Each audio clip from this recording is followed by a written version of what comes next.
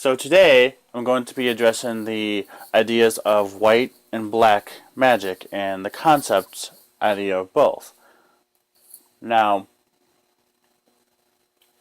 I'm just going to kind of jump into it, I guess. So, what is the difference between white and black magic? Or, for that matter, gray magic or whatever? Truly, short answer, there is no difference. Long answer, well, right. So, the difference is, from what I've gathered, or my higher self has told me, is black magic pretty much, when you get into black magic, or when you study or whatever, the principles, what many people, I guess, try to kind of avoid with it, or not, or, those that don't practice that line of it, black magic and white magic are truly undefinable, or undefinable. And both have very great values, and both are essentially the same. Now, the difference is, however, what is labeled as what we label as black, we consider hexes and curses and things of that nature, correct? Now, with that, white magic uses the same ideas. However, the difference is pretty much with white magic, or with, you're practicing harm none or whatever, you follow the law. You both follow the laws of karma, karmic debt, whatever. Now, with white magic, or with allowing, these things to happen, you're allowing the karmic law, or the karmic energy, to kind of take care of whatever. Take care of, if someone did you harm, or someone did something you didn't like, or, whatever. And because you don't want to be involved in the consequences, if you will, or so-called, of taking the initiative as a black magician would. This is where the difference comes in. The black magician is kind of the one to take on the karmic role and do what it is that they feel needs to be done in a revenge sense kind of way. So, in other words, instead of allowing the karmic law to take care of it, they step up and take care of it themselves, which of course, could have consequences. Could is the key word. But in actuality, true magic, is mentioned in many films, of course, most notably The Craft. True magic is neither black nor white. It's both, because nature is both. Within each concept, within the yin-yang, within light, there's a little bit of darkness. Even in the light, there's a little bit of darkness. Within the darkness, there's a little bit of light. So this time period is not about shunning your dark side or embracing your light side. It's about letting go, stripping all those away, and just being as you are. Because we are the embodiment pretty much of both of these things. That's how we came to be. Created by whatever force you can get into. You can get into, the ideas of reptilians or whatever, or and again, all are correct on any reality, because they all exist in various spectrums, various dimensions of the spectrum. So all ideas are correct of how we came to be, but the basis is we are the end result of light and dark mixing together. Point blank. That's what we are. Now, we are the yes. And so we know this, and so this is where we are. We're taking on this occult knowledge and this hidden knowledge. Now, when you get into the ideas of magic and magical practices in itself, you have the wide range of occult practices. There's paganism, and then paganism has a broad spectrum of sub practices. Wicca being one of them, and Wicca has a subsection or sub genre, whatever, of sub practices. And then within every religion, like it or not, there is occultism. There's alchemy, there's, voodoo, there's Native American traditions, there's Egyptian, ancient mythology, and pretty much there's more, but pretty much all of the ideas is all of these things are correct, and all of these things work how you want to use them. More so, look at these as more so given the physical description of how to kind of put a face to the energy, if you will. Because the energies are there. Each being can exist in many different aspects. For example, we all know of Christ. Christ has existed.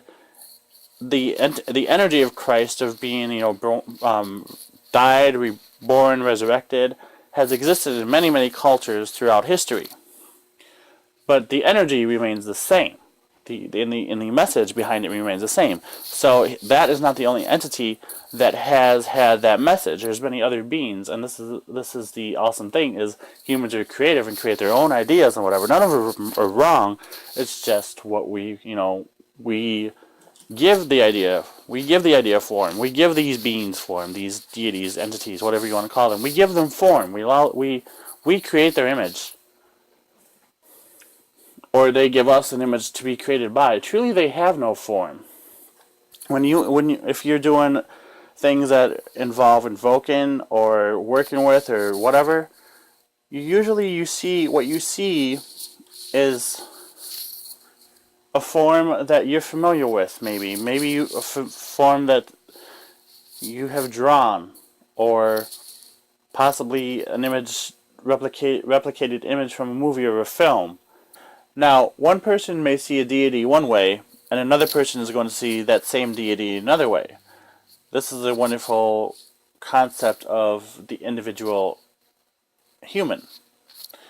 For we are a collective, yes. There is no doubt about that. We share our collective thought, we create together, we do indeed create together, but we also exist as individuals.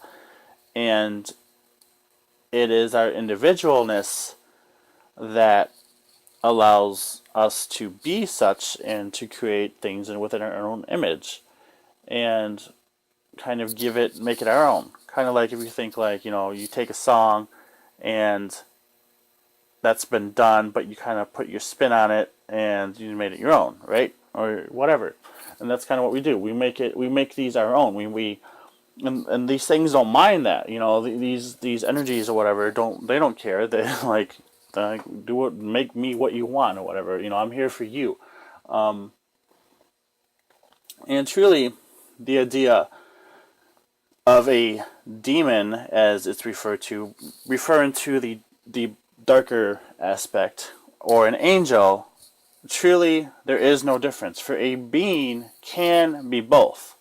It's more us that have given them a split difference in how they're utilized and how they're worked with. Humans are the ones who use them for, if you will, bad intent, such as to get into more extreme black magic, murderers, hexes, death magic, stuff like that. But again, truly, when you get into the more deeper explanation, there really is no right or wrong, because all is a paradox of judgment. And I'll leave it at that. But for now, we know what feels good. We know what doesn't feel right. We don't want to kill people. We don't want to murder them or whatever by any means, be it physically or magically. So we're not doing that. And we know this.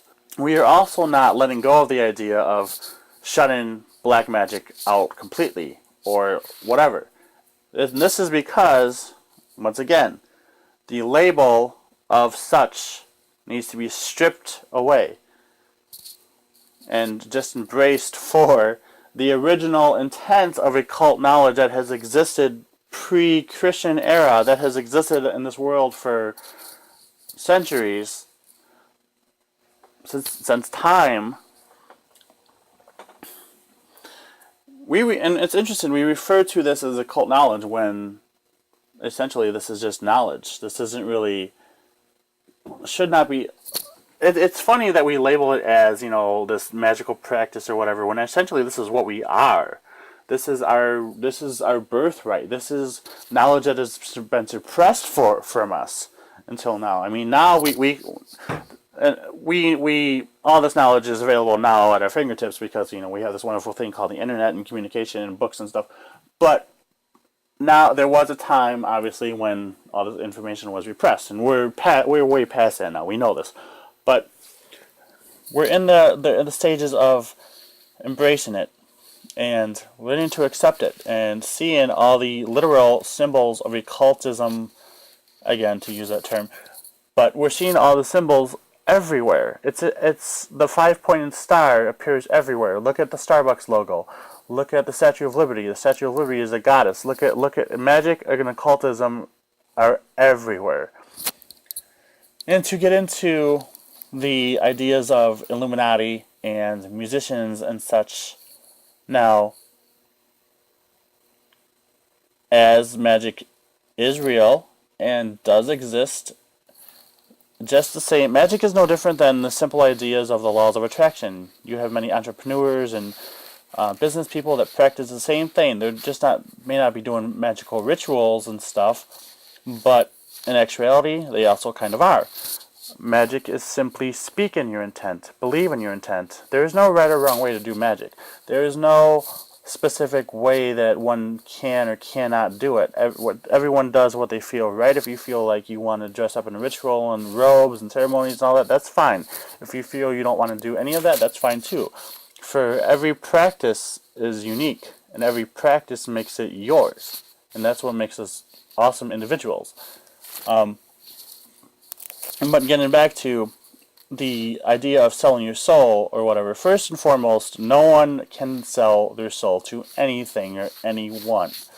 No matter how much you try, no matter what, you can't do it. Okay? Point blank. You can't sell your soul. It's I don't know where that idea came from, but your soul is yours and yours alone. Because when you leave or whatever, that's your vessel. That's your. It's just impossible. As the saying goes, anything's possible. But yes, it's impossible to sell your soul because essentially, when you break it down to the core, all these beings and everything else is essentially a part of you, of your multi-dimensional selves. And so, essentially, if you think you can sell your soul, you're essentially selling your soul to your other selves. So let that sink in, I guess. But so this goes with the idea of the Illuminati. Now, again, the occult knowledge, people have had this preconceived idea of the Illuminati and entertainment and whatever because of the symbolism and stuff and whatnot. Now, stop looking at it as such. People are creating it. People believe it's what you believe. Yes, there is occultism in many musical industries. But again, why does it have to be considered bad? Why does it have to be considered evil? Why does it have to be considered, whatever? It's all part of the game, people. It's all part of this illusion to create the confusion within us. To create the confusion that the true Illuminati never were ill-intended. The Illuminati, truthfully, is within. It is not an external force.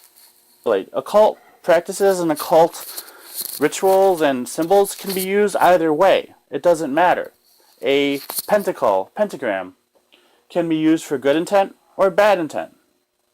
Same as a inverted pentagram. Many people think it's only for black magic. An inverted pentagram simply represents the forest stag, the animal of strength, the animal of courage, the animal of endurance, and it too can be used either way. So it's all your perception.